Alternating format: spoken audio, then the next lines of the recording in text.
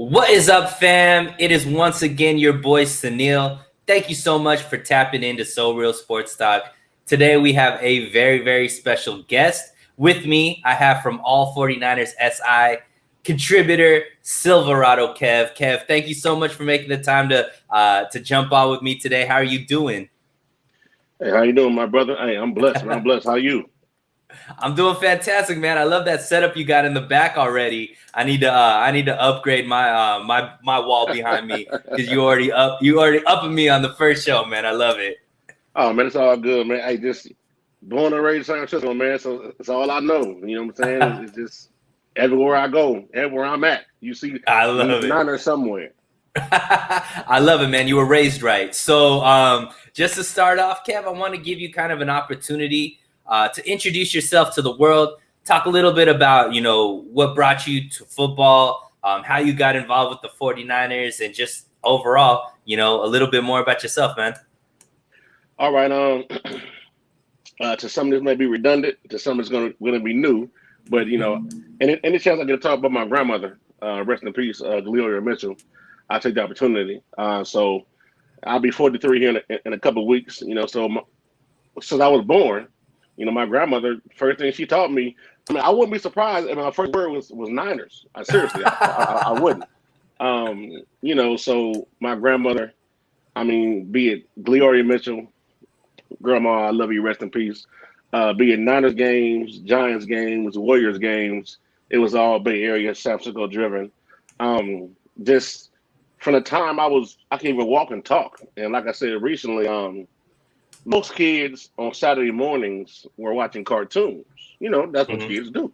Right. But my grandmother was all about education, all about further advancement and higher learning. So on Saturday mornings at her house, she would say, "Okay, baby, you know the drill. Go grab a tape, pop it in, and we'll watch it." So I would literally walk over to her. You remember the old school VCR cassette holders that was about yay wide, think about 3 wide, and she had, and you know how far they pull it out. You pretty Uh, much dislocate your shoulder. You know what I'm saying? Putting that thing all the way back. So I would pull it out and just pick a tape. And 81 season, 85 season. It didn't matter. Just whatever tape I picked, she would have me put in, and we'd watch the film, and she'd tell me who every player was, where they came from, what they were doing, the position, the owner, the coach. Anything you can imagine about the team, she was teaching me. From an early age, it was Niners. And uh, quick funny story, and people to this day, whenever I see a fumble, you know, I yell fumble. And that's just because I heard her yelling that during Niners game. Fumble. That was just what it was. So like I said, man, she raised me right. She raised me to be a 49er fan. Red and gold, so I'm dead and cold. And and I'm trying not to get emotional because she really helped raise me. Lord rest her soul, man. If it wasn't for her, my father was a fan too, which why he was a fan because that was his uh-huh. mother. Right. But yeah, man. So That's that's all lovely. I've And then known, man. That's all I I've know known. I know that passion that your grandmother instilled in you got you actually, into coaching and things like that. Can you talk a little bit about your background with the actual sport? Okay, from an early age, and it's funny because she told me that the same speech she gave my coaches, my father's coaches, she gave my coaches. This is my grandchild. I protect him with the utmost respect and protection. If he get hit, we're gonna have a problem, right? So and again with me, I didn't really play football again, actually organized football until I was a junior. But that wasn't because of her. And because of my mother, I had asthma when I was a kid. First of all, I was a whole lot smaller as a youngin. Now I'm playing like D line. Before I was playing like wide receiver, right? Got you. So she told me if you touch him, if they touch him, I'm going to touch you, right? Wow. So I'm playing playground football, schoolyard football, rec football, whatever you name it, and that's because she pushed me. Like baby, I know you're passionate in that. You're not giving it your all. So Hmm. again, my first time playing organized football, I was a junior. I wore I wore number 80. Wow. Actually, because of Jerry Rice. Right. Again, I was a real small dude, so imagine me in this 80 jersey. I look like maybe I'm an 8, in the jersey, but I wore 80. Right. But my senior year, I wore 2. So my senior year is when I excelled in the game, the organized game, because like I know, you have all the talent in the world, but when Right. no coaching or no fine tuning, you're just talented. Right. So my senior year is when I pretty much broke out. But unfortunately, I had a partially torn ACL on my left knee. So I ended up losing scholarships and just losing opportunities. So I joined the Navy. So I joined the Navy in '97. I did 14 years and got out in 2011. So I continued to play, flag and things of that nature, but it was never what I dreamed of it to be. Mm-hmm. How'd you get into coaching? When I was in San Diego, when my son came of age, my son is 17 now. He's actually a senior now at San Diego High School, and nice. He plays running back and safety. So his mom wanted to put him in football. See, that's the thing about it. I wasn't going to force football on my son. I was like, no, I know that was your daddy's dream, but I want to force it on you. But when we got out here, she said, "Hey, I said I'm in for football." It's okay. Yes, sir. All right, let's go. So and actually, he has the advantage because I didn't start playing football since I was a junior in high school. Right. He's playing football since he was playing flag. Right. So he's played all the way up. And I really wish I had that opportunity, but as I digress, I used to sit in the stands and I'm watching practice of the games and I'm calling out plays and telling my child what to do and the defense. And they like, "Hey man, you in the wrong spot. You belong out there."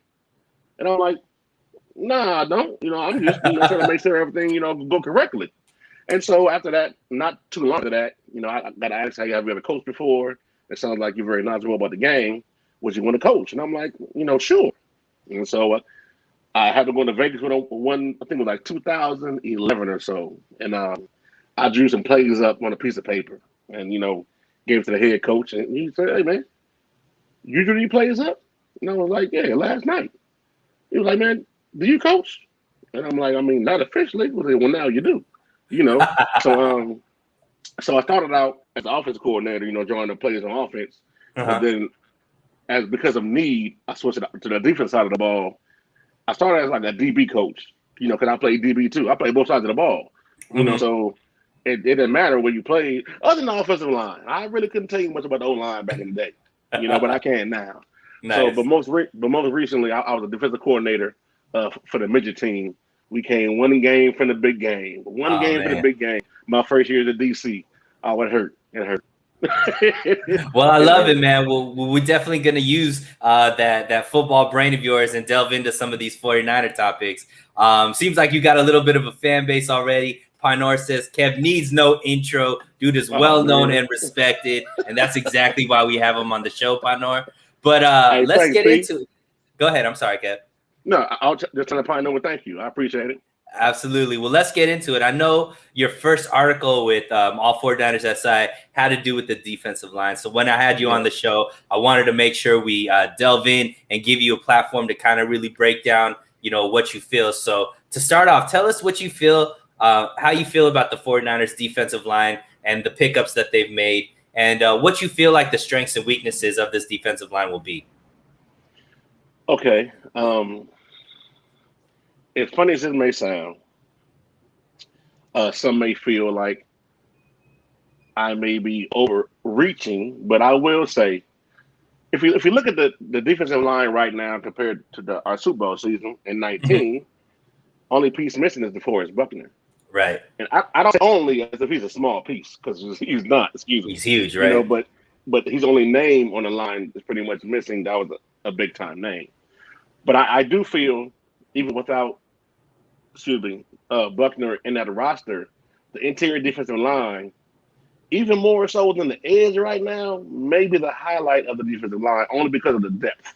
Right. Because you're replacing Buckner with Javon Kinlaw, DJ Jones, Eric Armstead, Maurice Hurst, Kerr. So Givens. So that rotation should be monumental. There should always be a fresh body there Right. on the interior. Exactly. I mean, so and you know, like I do, defense wins championships, and pressure busts pipes. You Mm-hmm. know, so I'm really thinking. And what I like the most about this particular defensive line, Eric Armstead can pretty much get most of his snaps inside. You know, Eric, if you're watching, I prefer you inside. You know what I mean? I know in base he'll probably be our 5 tech, you know, playing edge, but I think he does his most damage inside. And his best season was when he did most damage inside. You Right, know, especially so with Bosa and Buckner right, on the edges. You know, he was able to really eat internally and get have that breakout season that got him paid the next season, right? right, exactly. So, obviously, you talked a little bit about the depth. I'm assuming that's going to be one of the strengths that you believe in. But how do you feel like this overall defensive line will fare? What are the specific strengths that you think they could have, and what do you think are some things that are weaknesses that Coach Kustrick needs to really develop with these guys to make sure that they maintain, being one of those top 5 defensive lines in the league? That's a pretty loaded question, but I'll answer it as loaded as possible. And I know again this is going to sound cliche as well, but I really believe our team, our defensive line, has one weakness: health. Mm-hmm. You know, the best ability is availability. Right, And unfortunately, we had a lot of players missing over the past couple of years in key positions. right. But I really do feel like this could be one of the best rotations, if not the best rotations we've had in years to come. And yes, even better than our Super Bowl year when we went cap. Because remember back then we were in a 3-4. Now we're Mm-hmm. in a 4-3. And so now I really feel we have players more suited for a 4-3 versus a 3-4. So I really do feel that the depth on the interior defensive line is going to help out the guys on the edge. You can't double everybody. Even with Bosa, think about it. If you got Bosa and Ford out there on the same down, and this is the same play, and you got a Maurice Hurst or a DJ Jones or a Ken Long or Armstead in the middle, you can't double everybody. Right, And the one thing I tell people, especially I used to tell my defense, offensive linemen get no breaks. right. They out there all 4 quarters. There's no rotation for them. There is no rotation. So Right. go eat. Go eat. Beat them up. Beat the man in front of you. That's a great point. Now, one thing that had been a weakness for the 49ers, along with the health, even in 2019, was their ability to keep these rushing quarterbacks from breaking containment and being able to kind of gash the 49ers defense. I know we brought in Samson Ebukam. We have, tell us a little bit about how you think they're going to combat that issue, especially in the NFC West where they have Kyler Murray and Russell Wilson, who are both really mobile quarterbacks that are known for doing that. Okay. There's 2 things that, excuse me, there are 2 things that I feel that as a defensive coordinator myself, a fan of the game, and someone who played the game, there's 2 reasons I really feel that we struggle against running quarterbacks. One is just assignments, confusion. They don't know what their assignment may be on a given play. Especially sometimes you kind of give more credit to a quarterback when they're a fast quarterback, a mobile quarterback, than you would somebody else. So you kind of overplay your hand. But the one thing I feel that has been an issue is and I looked into this. We ran something called a gap exchange, especially against mobile quarterbacks. In the gap exchange, if you ever wonder why every zone read or every read option where the quarterback puts the ball in the stomach of the quarterback, and you see Bosa or Armstead, whoever's on the edge, they shoot the B gap. They shoot 2 gap from the C gap down to the A gap, right? And you're wondering what's going on here. And then once they do that, the quarterback scampers off for a big gain, first down, whatever it might be. In the gap exchange, that's the job. The end crashes, and the point of the play is a linebacker to loop around and contain the C gap. But in most cases, that linebacker doesn't get there fast enough, especially in that Baltimore Ravens game. It was wet, so players had bad footing. So if your DN is crashing, he's 2-gapping, crashing from the C gap through the B to the A gap, and the linebacker doesn't make it outside. Oh man, it's a whole lot of green grass out there. So my thing is, why not just play it honest? Why not play five techs crashing this gap and let the guys inside eat? But see, that's the thing about it. Now that we got guys inside who can really eat and take up space, a la Kinlaw, Armstead, Kerr, Givens, there's really no need to play that gap exchange and add that extra element to the thinking process of the defense. So do you think that the reason why they were playing that gap exchange was personnel related, or was it more just philosophy? I'm gonna say some of both. All respect to Robert Saleh. I just don't know if his bag was deep enough to really absorb everything that he had to see. Robert Saleh was pretty much vanilla. A lot of cover three. The soft zone. I never really liked that. I get playing a zone here and there, but a lot of times he was very predictable. And you touched on it, personnel wise. But had that had been my defense, I've got my five techs putting their ears back. We playing it honest. Do your job. DYJ, do your job, and right. Simple as that. So in terms of the personnel, I really would like to see Robert Saleh utilize and maximize the potential of his players. But when you have guys like Bosa and Ford in front of you, I mean, go get them. You know what I mean? That I was. But in the same breath, I don't see why we run a gap exchange. You got two guys on the edge when they're healthy, that can get a job done. Now, I know with DeMeco Ryans coming in as the new defensive coordinator, one of the things he's been pretty consistent with is there's probably going to be a more aggressive style of defense played.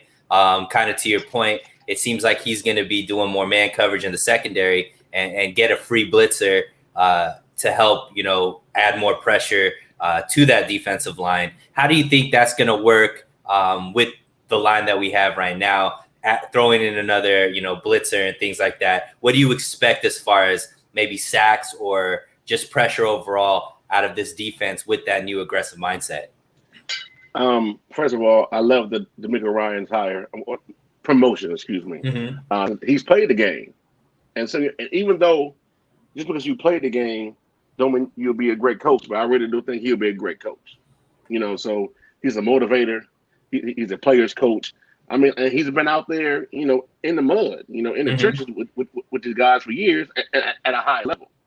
So in terms of blitzing, I've always said, if you have to blitz to get pressure, you're already behind the 8-ball. Because now you can make somebody from coverage to apply pressure. Right. And especially in the zone. So you send the guy who has accountability for a zone on a blitz, and now there's a vacated area. Nah, So I expect to see a whole lot more press man, off man. Maybe C1 as in covering one, C3 cover three. But I see if we go like C3, it'll be a lot of zone blitzing from the C3. I think Jimmy Ward is going to be one of the beneficiaries from this new regime in terms of the DC. Fred Warner as well. But I don't think we don't really have to blitz as much either. We can send 4 these days and get pressure. Yeah, that's kind of what Kansas City did in their run as well. They had those 4 beasts, and then the one guy in the middle that just ate. And so if we could use that same type of pressure package, that'll be great. And that kind of great segue into my next question. Obviously, with that, the secondary is going to be extremely important. The 49ers spent a lot of assets in the draft to bring in a couple of corners. Both are press man corners. They re-signed Verrett for a year. They gave Mosley the 2-year contract. So how do you feel about the secondary overall? And what do you feel like are some of their strengths? What do you think are going to be some of their weaknesses? I know you started as a DB coach, so this is going to be great. Well,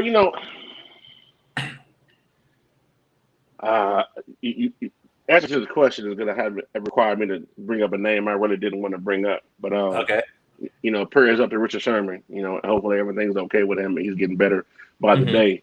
But I do believe with DeMeco Ryans now being in charge, you will see a lot of more press man. And all due respect, but Sherman was never a press man type guy. He was a cover 3 corner. Absolutely. I mean, so he didn't play a lot of man, and we've seen when he did play man. I mean, we saw what happened. So it wasn't always pretty. Right, but see, the thing about it is, unfortunately, as that season unfolded, the D line depth was taking hits because of pressure. Injury and things like that. Mhm. So if you marry those two together, a healthy D line with a healthy secondary, oh, it's lights out. How do you But feel about the guys that the 49ers have in their secondary right now? Do you feel like they have the personnel to be elite in that man coverage? yes, potential to be elite. Yes. So if it's me, Verrett is one and Mosley is two. Mm-hmm. Mosley, of course, he had his moments, but all in all, Mosley is a above average corner, and I talked about him in one of my articles. I'm like, I expect him to be even better this year, especially with a guy like Ambry Thomas behind him, pushing him for snaps. I don't think ultimately Ambry Thomas will jump him on the depth chart, but I do feel he'd make him look over his shoulder. Like, okay, hold on, I know you're there, so let me go ahead and make Right. sure I got my best hat on today. I do see a whole lot more man coverage across the board. And you may see some split the field in half, zone on one side, man on the other, based on who the threat is at wide receiver. So that's the thing, right? The NFC West has some of the best wide receivers in the league, right? So each team has pretty much two wide receiver ones there. And we're going to have upgraded quarterback play with Matthew Stafford with the Rams now too. So it's going to be really important that these corners are able to really cover and because you can't have a weakness at cornerback anymore. If you have somebody, Right. You can't hide anybody because they're going to be covering a guy that could go out there and pretty much beat you if you're not on your A game, right? So, Agree. do you feel as if what DeMeco Ryans is trying to run is going to work, or do you feel like it's going to be a mixture of what Salah used to run and what DeMeco's new aggressive mentality is going to have? I kind of see the way DeMeco Ryans is going to call his plays equivalent to the way Kyle Shanahan will call his with a new quarterback, in the room. Because now you have more Options. flexibility. Right. You have more options. So now you can kind of mix it up and go zone man, zone blitz, off man, press man.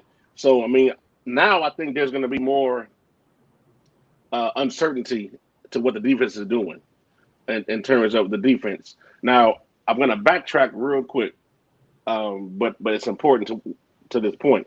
The one thing I did not like about the D line last year. You ever see like on passing downs, especially against mobile quarterbacks, when you see 2-3 techs in the game and they're both in the B gap? Mm-hmm.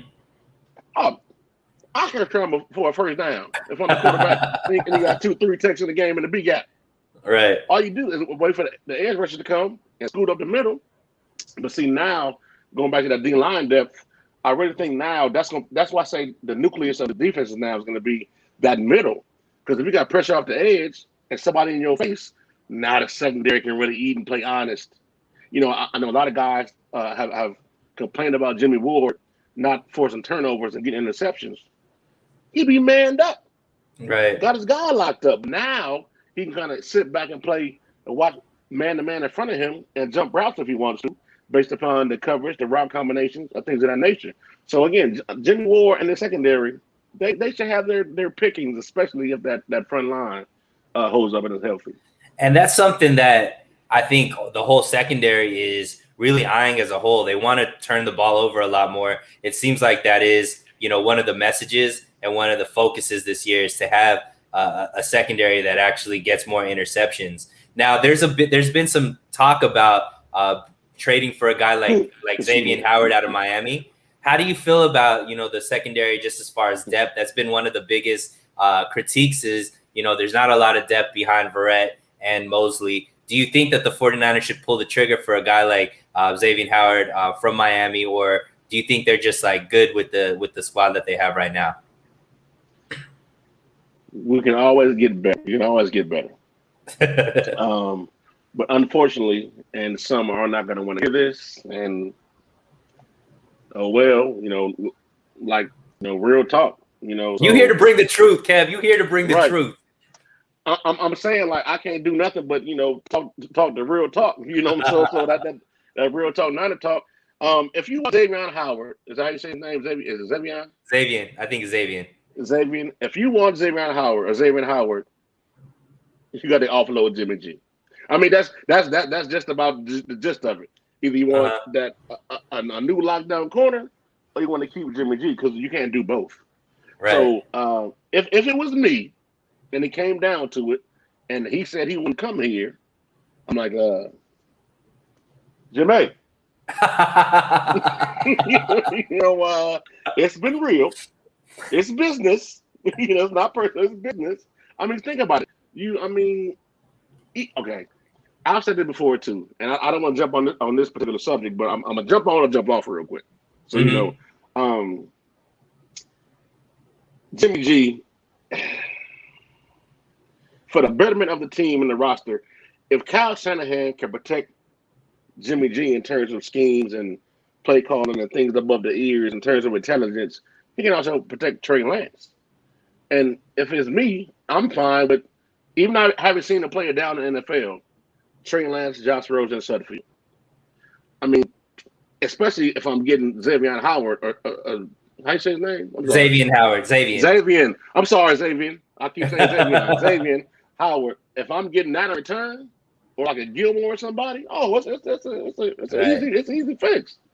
I mean, just think about it, man. If we get that corner position locked down, and it's unfair to say we haven't had a lockdown corner since Deion. Deion's don't grow on trees. Right. Right. There's not too many Deions, absolutely, but if you have a Howard and a Verrett as your 1 and 2, man, that is a pretty formidable, formidable corner. And then obviously, if K1 can stay healthy, he's another really great nickel corner that a lot of people forget about just because he's oft injured and whatnot. Let me get to some of these. What's up, Jay Mangold? Always holding us down. Appreciate you, my guy. So let us move on.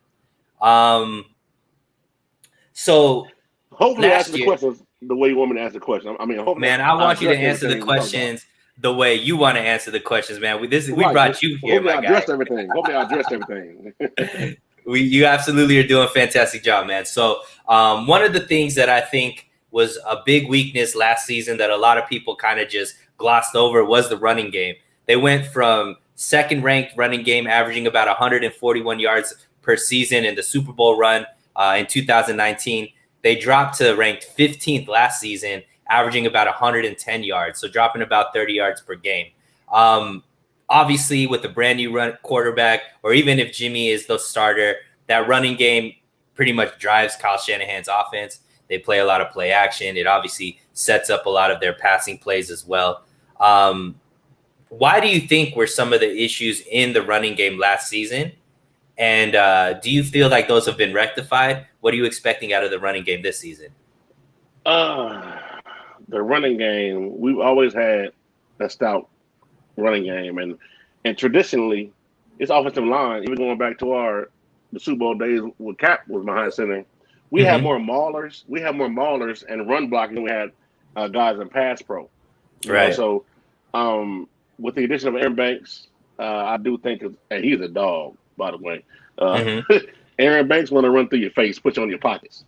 You know what I'm saying? So and no disrespect to Brunskill, because Brunskill pretty much was a stone wall for Aaron Donald a couple times last year.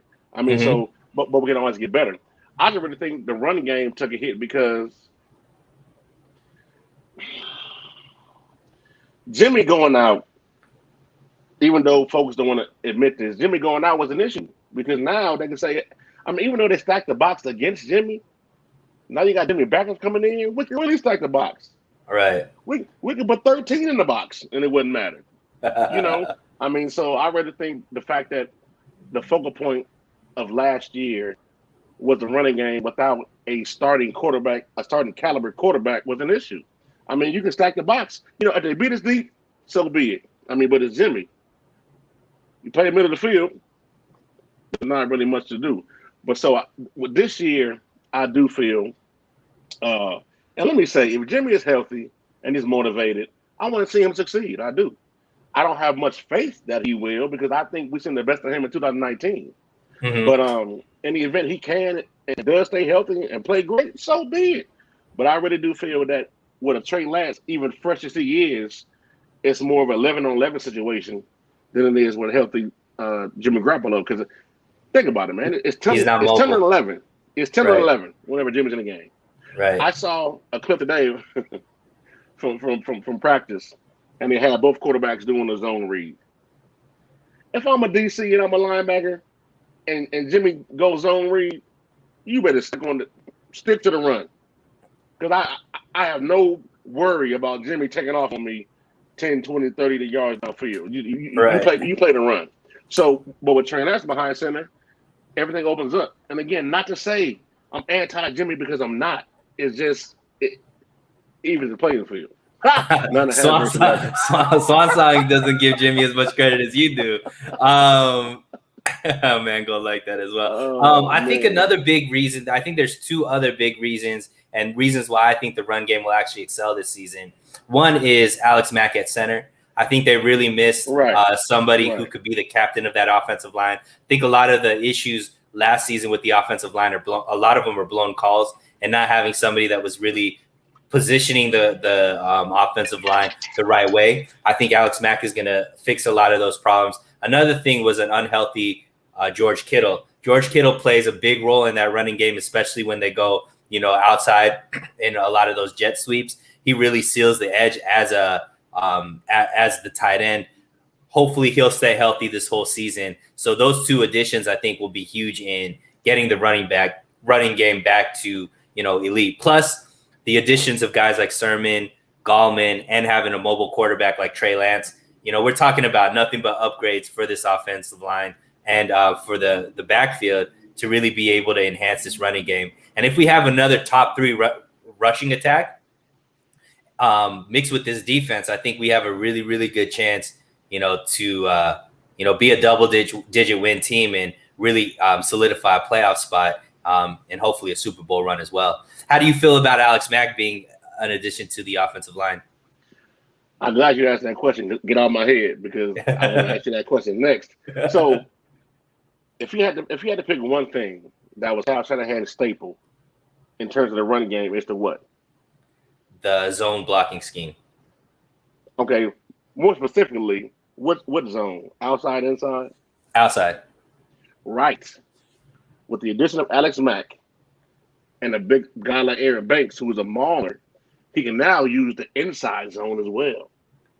So you don't have to depend on and lean on a use check on the outside or a kid on the outside. Now we can run inside zone as well. Because most teams, look, Kansas City in the Super Bowl, second half, they pretty much sat they DNs and their linebackers on the edge like, okay, now what you going to do? But we couldn't do nothing. So now with guys like Alex Mack and Aaron Banks with maulers, you can run inside zone. And you add a Sermon to the mix. Most are going to come back, motivated as ever. Because that boy weekend fast, like I said in my article. Can you imagine him stepping, through a gap, through the AB gap up the middle? Before you blink, he gone. Right. Even in the middle. So I really think Shanahan, what he did was he drafted for more so inside zone, just to enhance and add to the outside zone. So now you really can't gamble anymore. This ain't like Tecmo Bowl back in the day. If I press up and B, you press up and B, you picking my play. Oh, nah. It's a little more complicated than that, especially you add Trey Lance to the scenario. Yeah, and I mean, it kind of goes back to what you were saying even about DeMeco Ryans and the defense. Now Kyle Shanahan has more options, right? So more tools in that tool belt. Obviously people already know about what they can do with the outside zone scheme. Now you throw in inside zone. Now you really like whatever he's seeing the defense kind of hedge towards. He has a counter move to be able to just gash him in another way. So he has a full playbook, bro. Right. His full playbook. And I hate to sound like I'm bashing Jimmy, because I'm not. It's almost like you drafting a LeBron in a fantasy league for basketball, and you shooting threes with him every time. That's not what he does best. Right. Play to his strength. So now, every time we come out on the field, they like, I guess we just got to figure out what we're going to do once the play start. Because you can't just pigeonhole and say, okay, this is what they're going to do. So I mean, even with Jimmy in there, with the running game and the offensive line additions, it's going to be a crapshoot, but it's more so of a crapshoot with Trey Lance in there. And again, I wish Jimmy the best, but I do believe that Trey Lance gives us the best chance to win, especially with the addition to the offensive line of Alex Mack and Aaron Banks and Brunskill coming back. So if this team is healthy, I don't think we cheat. How do you feel about the running back rotation? In 2019, one thing that was really important to the rushing game was Tevin Coleman kind of took most of the starting snaps, but they also had Breida and Mostert as the kind of home run hitters, and it ended up where most of them had right around the same amount of carries by the end of the season. We didn't really have that last season due to injuries and just, the running back core was kind of thin. Now with Gallman, Sermon, and obviously Mostert still there, I think Sermon, I imagine him playing more of that Tevin Coleman type role and then really giving Mostert the ability to not take as many hits. Hopefully he could stay healthy and just gash him with the 4 or 5 yard average like he had in 2019. How do you feel about this running back core? And do you feel like they could get back to that 2019 status with the type of stable that they have in the backfield right now? First of all due respect to Tevin Coleman, a.k.a. T-Cole, the best years we're left in Atlanta. Right. So I'll take Elijah Mitchell over Tevin Coleman. I mean, he's a speed guy as well. Pretty big guy. So even with just Mostert, Sermon, and if Jeff Wilson Jr. was healthy, oh man, come on. He's practicing. I mean, he's doing some drills and stuff. So hopefully by mid-season he'll be there. I mean, but now my point is, now I've seen, it's social media gives people the opportunity just to talk, and say things that they wouldn't have the opportunity to say otherwise. Makes everybody an analyst. Right. So my thing is, Mostert's kind of salty or jealous of drafting Trey Sermon. If I'm Mostert, hey, I don't know. I'm getting a breather now. Right. So now, with Mostert or Sermon or whoever's behind them, now you got a breather. So now you can go ahead. You may see a different back every down. I won't be surprised to see Juszczyk in there and him get some runs. Oh, that's another guy, Juszczyk. Oh, man. Hey, listen. While he may not be a Tom Raffin type fullback, that boy gets busy, and I love to see him get more touches in the passing game. But he definitely block his what off. I mean, right. the boy can block. So with this stable, I'm calling it stable of running backs.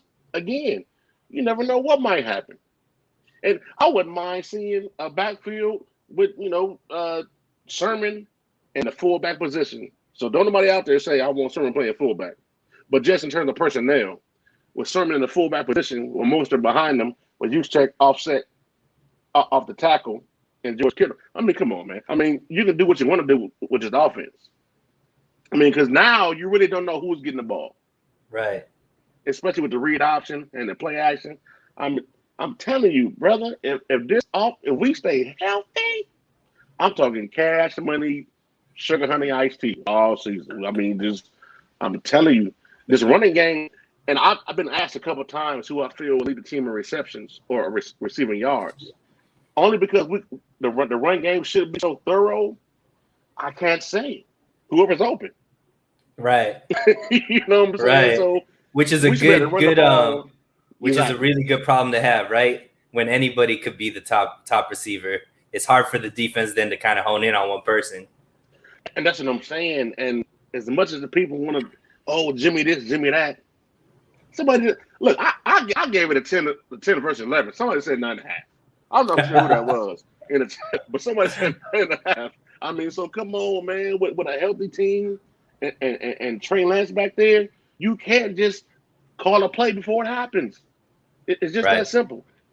Especially with the mastermind like Kyle Shanahan, I feel like, some of the talk from him in previous years, he knew that he wasn't able to open up his whole playbook. I think he finally has put together the type of team and has the type of quarterback in Trey Lance where he could kind of show what he's capable of and open up his whole playbook where, like you were saying, he was kind of babysitting Jimmy Garoppolo. And no disrespect to Jimmy Garoppolo. Obviously, he's done a lot for our team since he's been here. But it's kind of like that next step, kind of like how we had Cap and Alex Smith, right? Alex Smith took us really far, but Cap came in and took us to that next level because you're able to do things with Cap that you weren't able to do with Alex Smith. It's kind of that same type of feeling where Jimmy Garoppolo is good, but there's certain things that you aren't able to do with Trey Lance in there.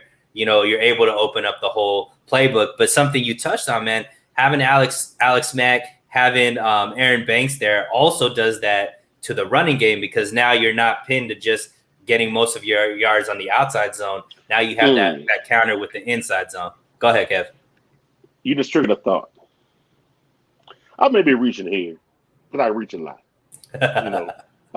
But I grab what I'm reaching for most times. With the addition of Alex Mack, the less Jimmy has to think, the better. Right. Because I've always said that Jimmy Garoppolo was not the most cerebral quarterback. Now, some of y'all watching, maybe even you, may have something to say about this, but Nick Mullins was a better quarterback above the shoulder than Jimmy Garoppolo is. And you ever seen the drum line? Yes. With Nick Cannon? Yep. So remember Nick Cannon was doing his thing, this he was good until what? He had to read music, right? Right. Exactly.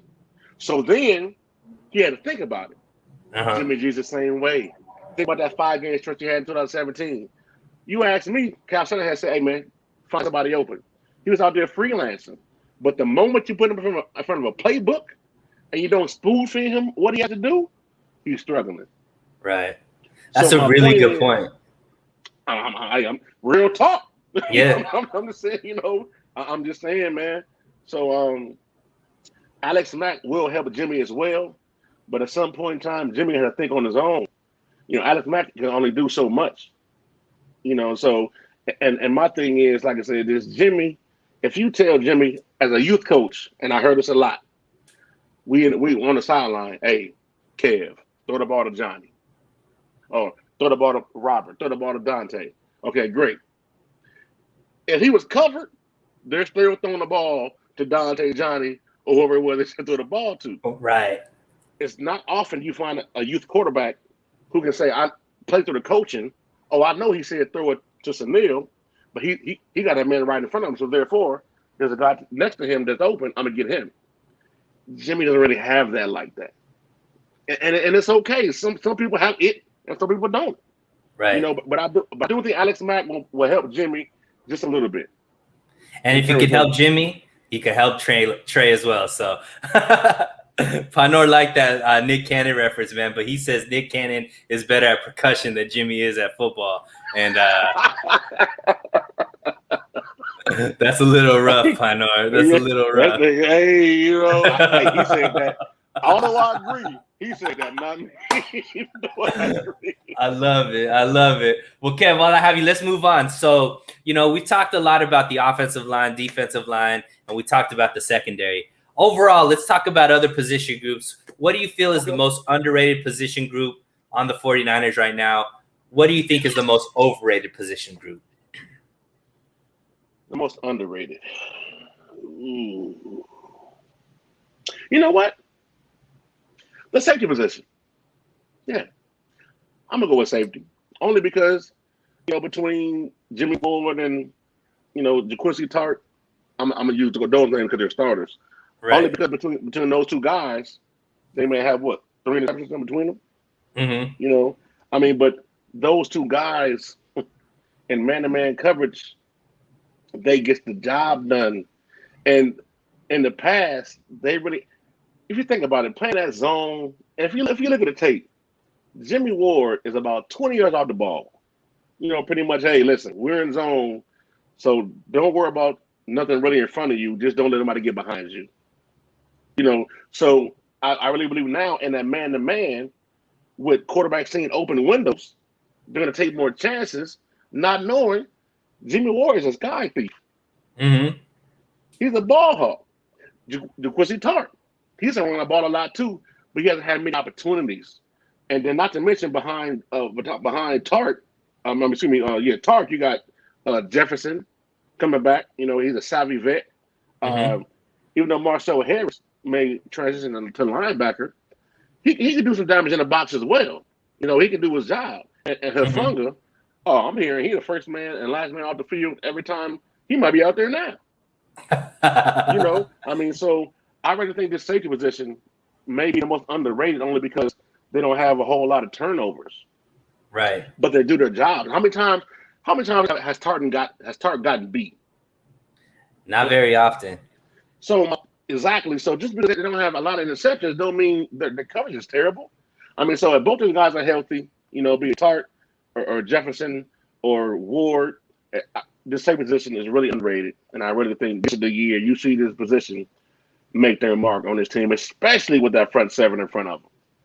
Yeah, and I think you're right. I mean, for as well Ward and Tart have been over the last few seasons, I think some of the reason why they don't just get national attention is health reasons, right? Ward Right. really just recently was able to put together, a full season. Tart's been kind of in and out, so like you said, best abilities availability. Since they're not on the field all the time, they don't really get the press that the rest of the media does. Another group that I think is kind of underrated is going to be this receiving core, and I think with Debo, a healthy Debo, with Brandon Ayuk, and whomever turns into that three, it's kind of looking like either if Hurd comes back healthy, maybe he'll jump into that wide receiver 3 mold, or maybe Mo Sanu, who seems to be playing well in training camp. But I think those 3 receivers can do a lot. I think they also have had issues just because of who was throwing them the ball. You're not able to see their full repertoire as well. What about overrated position group? Who do you think, if the 49ers have an overrated position group, what would you say it is? Mm. You know what? Somebody call it a cop out, but I'm gonna say edge position only because we expect so much from Nick Bosa and a D Ford, but unfortunately, both of those have been hurt over the past couple of years. So they're only overrated because of the health, and we don't know what we'll get from them this year. But I will say, from what I've seen so far from Nick Bosa and I almost cried when I saw D Ford out there. You know, Man, him what a participating beautiful sight. in drills. Oh man, I mean, just do you remember how deadly this pass rush was with a healthy Nick Bosa and a D Ford? And now Right. you add this interior D line and a more aggressive defense. Oh man, come on. You People know, people so forget, in 2019, obviously the defensive line did really well, but it only did really well when D4 was in it. When D4 was out, they struggled. When D4 came back in, they were world beaters. So having D4 there, and this is something that's funny, Kev, on a roundtable that I did on Grant's channel, we were talking about what the worst contract on the 49ers was. And at that time, I said D Ford because we were paying somebody who wasn't even going to play. This was like a couple months ago. And now we look at it, he is playing. Now all of a sudden that becomes a great contract because if you're like whatever, you can't overpay D Ford for the type of contribution he does and the way he elevates that defensive line. So if we could get anything out of him for a whole season, oh my God, the defensive line, it's gonna make Bosa's price tag so much higher because he's gonna have so much of more of a productive season. And all these guys on the defensive line are gonna get heavy paychecks when it's time for them to get paid if D Ford is there because he makes everybody on that line look better. man, look, and I know what I'm about to say is going to make something bitter because he really did this in real life. You know, he jumped off sides in the playoffs. You know, he jumped off sides a couple times for us. But his first step, there's been times where he wasn't off sides. You had to ask yourself, was he Was he offside? outside? That's how fast. That's how fast he be in the backfield. Like before you blink, he in the backfield. So I mean, just and when him and Bosa are healthy, and again with the interior D line, rotation is going to be the most viable asset for this D line, along with Chris Kosaric. Chris Kosaric is a monster. I believe if he could put pads on today, he'll get out there too. Oh, and Daryl Tapp, don't underestimate him either. That his addition to this D line is going to be huge as well. I I mean, love so it. again, man, if we're healthy, okay. Somebody said, "Oh no, I like that linebacker," right? Because behind All Pro Fred and Big Play Dre. I mean, and you know Alshire just went down with the injury in training camp today. right, Hopefully it's not that serious, but there is a reason why they're putting Marcel Harris there, trying him at linebacker. There's been rumbles about Hufanga maybe moving to linebacker. Obviously, that's because they have the ability to bring these guys in for depth pieces. But yeah, but when you have Greenlaw and Fred Warner there, those are two of the best, combination of linebackers in the league. Pinor said underrated backfield, overrated interior D line. Wow. So he says RX still hasn't brought a brain, but he really means brought in that 2019 production. But this year needs to be a statement. Kinlaw's arthritic knees. DJ Jones isn't always healthy. And something that you touched on is even if these guys aren't always fresh and always healthy, there's a very capable body there that can move into those positions in the interior that could be a productive player, which is why you're pretty high on the interior defensive line, correct? And you are correct. But there's one name I haven't used yet, and there's some people out there who are not going to agree, and I don't care. It's okay. Because it's always real talk. But I'm telling you right now, under the tutelage and the guidance of Chris Kaserik, don't sleep on Arden Key. Like I said in my article, Arden Key is a beast. Right. He just had the opportunity to reach his potential. He got good bend, good first step, has a nose for the ball, and like Grant said the other day, he pretty much had a timeshare in the backfield. Practice or not, the man gets in the backfield. And even with the Raiders last season, he had a lot of almost. Right. When Defoe had all of them almosts. Right. You know what I'm saying? So come on, man. And again, that's rotation. That's depth. So, look out for Arden Key. I'm telling you. I want to give a shout out to Miss Debbie Ryan. May I ask those watching to hit the like to show Sunil and Kev you appreciate the conversation you're viewing. Thank you so much, Debbie. Appreciate you watching. Thank you, Mama Deb. She know I love her. That. Thank you, Mama Deb. Oh, man, you know what? Hold on. Can I do something? Please. I'm sorry. Give me 1 second.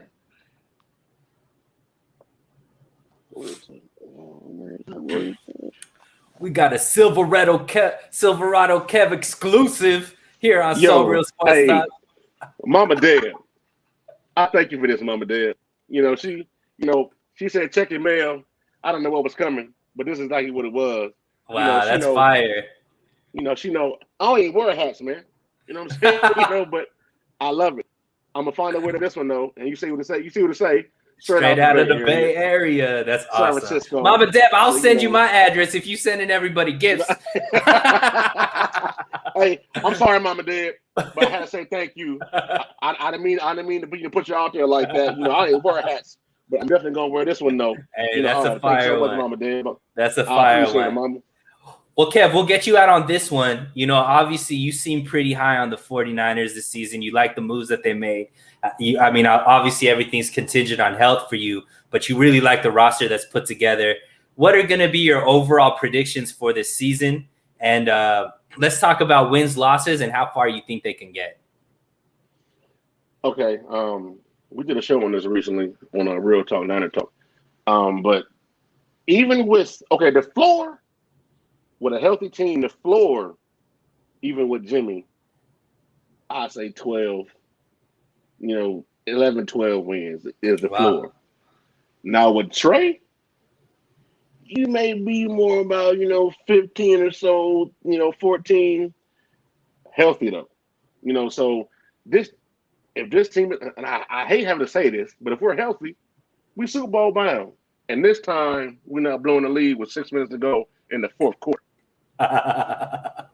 And why are you so confident that this team can reach that type of level? Like, what are you seeing that really gives you that feeling that a healthy roster can go Super Bowl bound and take it, even with a rookie quarterback, which has never been done before, Kev? Okay, well, I'll give you a reason on offense and on defense. So like we discussed a moment ago, what one adjustment did Kansas City make after the half that pretty much stifled the offense? They pretty much put everybody on the edge all their big guys, and they stopped that rushing attack. They stopped the outside zone, right? Mm-hmm. So now with the addition of Alex Mack and Aaron Banks, who's still coming along, by the way, even with Brunskill, they can still run the inside zone now. So now, okay, you set everybody outside you want to. We run right down your face, right up the middle, with the inside zone, play action, what have you. On defense, it's just more depth. I really think we gassed out in the Super Bowl, bro. I did. Mm-hmm. One thing we gassed out. And then, again, all due respect to Sherman, to Uncle Sherman. I did a video on you yourself. But all due respect, if that play don't happen, or those plays don't happen when he got beat by Sammy Watkins, it's a whole different game. So now there's, the expectation of a good man corner or somebody not getting beat man isn't there. So now I really just feel like I always felt, Sunil, that 2019 season, we were 1 or 2 years too early. I'm glad we got there, but I really feel like, okay, this is kind of like a one-off situation, and I'm glad we went in the way we were winning, but I just didn't feel like we were just pretty much there yet. But now, with the makeup, and not to mention Kyle Shanahan, know he got to get it done. Right. Especially now. So now I feel we have the makeup in pretty much every position. If we pick the right 53, to go ahead and press for that coveted 6 Lombardi. That's juicy, man. Pine, we'll get out. We'll get out of here with a couple of comments. So Jimmy could win a Super Bowl with this team if the run and defense are healthy enough. And believe me, I hate Jimmy more than Michael Jordan hates losing. Yeah, and I mean, I really think pointing to your reasoning with Kyle Shanahan, being maybe on the hot seat or knowing that he has to do something big this season. Obviously, when you trade 3 first-round draft picks to get your quarterback of the future, you start the time clock as far as this has to work or this doesn't have to work. Another big thing is a lot of these key pieces that you're talking about are on 1-year contracts. So this might not be the team that we have next year because a lot of these guys are going to go off of free agents and we might lose in free agency due to being outbid by other teams. So this is really, when you're talking about the type of depth on both the offensive line and defensive line, the type of options that Kyle Shanahan has, being able to do the inside zone or the outside zone, and then D'Amico Ryans with the rotation on the defensive line plus the type of corners that they have. Really, they have to kind of put it together this season because next season all of this might be, gone just because there's more opportunity in free agency with the salary cap rising and so on and so forth. A lot of these players are going to be, stolen by other teams through free agency. So you're right. This is the year they got to do it. This is the year they can really maximize. And if they do that, then we have like what happened with Tampa. All these guys come back because they want to win another chip with the team. We got that 5-year window with Trey. So, hopefully we can maximize it while he's cheap and, really, really put together this total squad to win the Super Bowl. I'll give you the last word, Kev. I mean, well, in terms of all those 1-year contracts, the majority of that because of the cap. Right. You can't give a player the money you don't got. Right. Ain't no IOUs. So with the cap going back up, and I see if Verrett has another season like he had last year, there's no way we don't pay him next year. Right. Especially him knowing that this is what he wants. He wants to show the world that wasn't a fluke. In terms of Kyle Shanahan, the only out I give him is injuries. I mean, because let's be honest, if you go to work every day and for whatever reason you're not your best self, you can't put the best product out there because you're not your best self. Right. So injuries and hate to bring it back to this, but he hasn't really had a top tier quarterback since he's been here. Think about. I'm gonna go back to the Tecmo Bowl reference. You remember playing Tecmo Bowl? Absolutely. You had 4 plays, right? Yep. You play Madden, it's like, all right, I got pages and pages and plays to choose from. That's the comparison, and I'm gonna leave it at that. I appreciate you having me. I love it. So Silverado Kev, I actually put the link to your YouTube channel in the description. So guys, please go follow him on Twitter. Please go subscribe to his YouTube channel. Kev, is there anything that you're working on? I know you're writing for All 49ers SI. Anything that these guys should be looking at as far as something you want to plug? Go ahead and tell the people where they can find you and what they should be looking out for. I appreciate the alley. You know, real talk, not a talk, baby. You know, Don, Juju, Dollar, Dave. Listen, I don't do a lot of silver on care things anymore because I'm with my Real Talk family. You know, but check us out, man. Real Talk, not a talk on all platforms every Tuesday at 4:00. You know, come check us out. The same conversation we had here, the same conversation we have on Real Talk, not a talk, bro. I mean, it's just come get comfortable, speak your piece. You may go upside your head based upon what you say, you know, but it's gonna be real talk. So yeah, man, I appreciate you. Like I said, I'm Silver. I don't care on all platforms, but Real Talk, not a talk is where I do most of my work now, and I'm humble, man. I really appreciate the opportunity, bro. I do. Hey, well, Kev, it was a great show. So you said Tuesdays at 4 they could find you, and that's a podcast that's on all different platforms. Yes, Real Talk, not a talk. Tuesday at 4 p.m. Pacific Standard Time, 7 p.m. Eastern Standard Time. So, people who in the comments, they know what it is. They know where to find us, but I appreciate you asking me. So, yeah. I love it. Well, hey, thank you so much, Kev, for coming on. Yeah, you did a great job. Everybody that tuned in today, thank you so much for being on the show. I'm going to be jumping on with Jack Hammer in about 10 minutes. He's going to give us updates from what he saw at training camp today. So, guys, tune in for that. And until next time, like I always say, keep it so real. Appreciate you, Kev. Appreciate you.